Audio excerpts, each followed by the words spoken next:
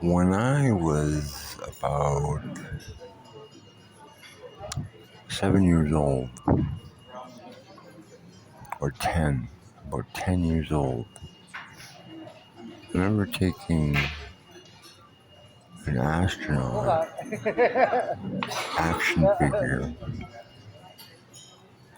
wrapping him up in toilet paper, wet toilet paper, and putting him in the toilet, getting him wet, and then I ran him up to the toaster, and I toasted him until all of his wrappings were hard. And I think I remember a Chechen Advanced Forces soldier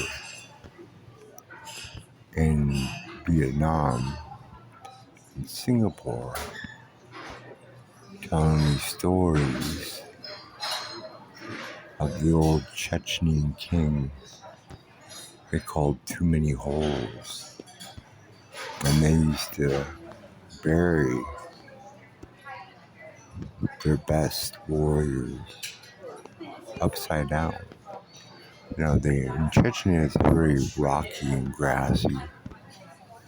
So to find 6 feet to make a graveyard is too much. They had what they called Libertine graveyards, but they buried people 5 or 6 in one big organ coffin. And then they buried their women beside them in a smaller coffin. Now, that being said,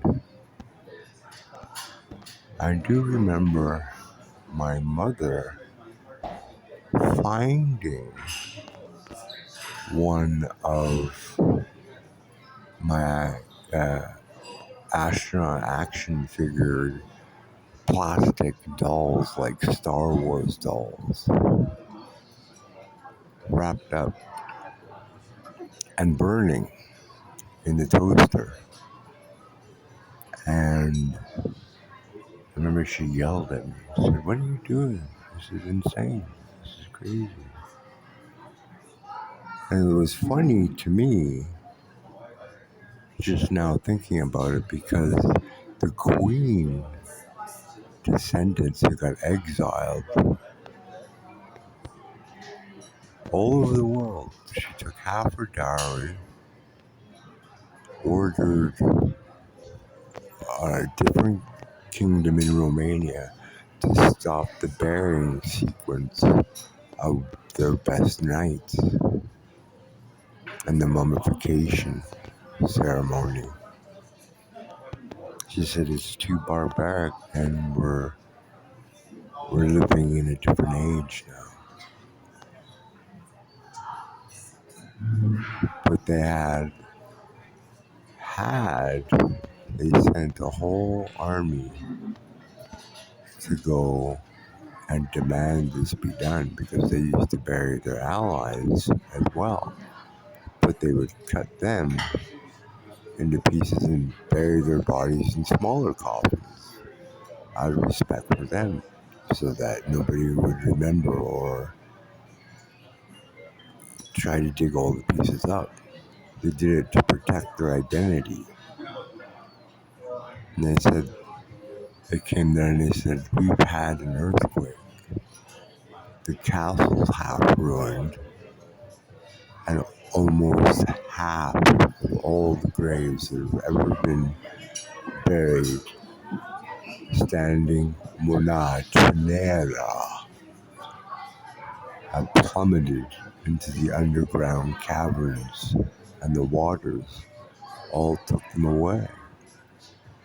And their swords, of ammonite, steel,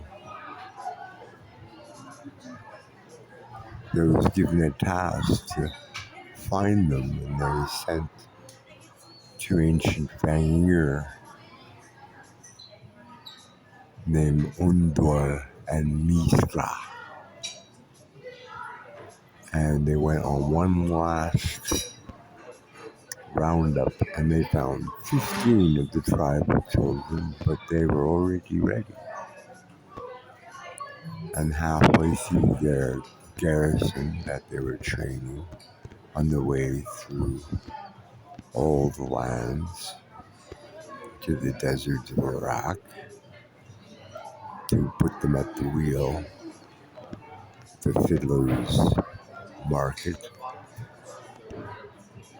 and train them in swords.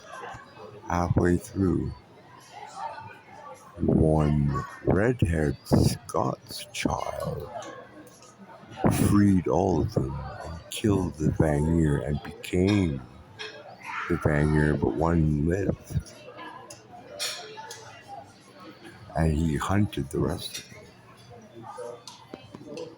This is part of the inspiration for the story, fictitious story, mirroring the event known as Conan. Robert E. Howard,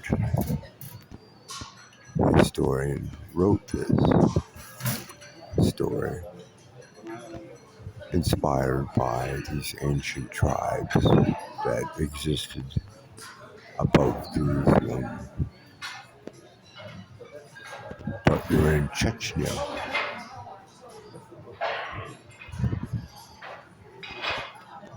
And Gandogolshnar, a different land altogether. Where the Draconians used to have smaller wooden and steel castles.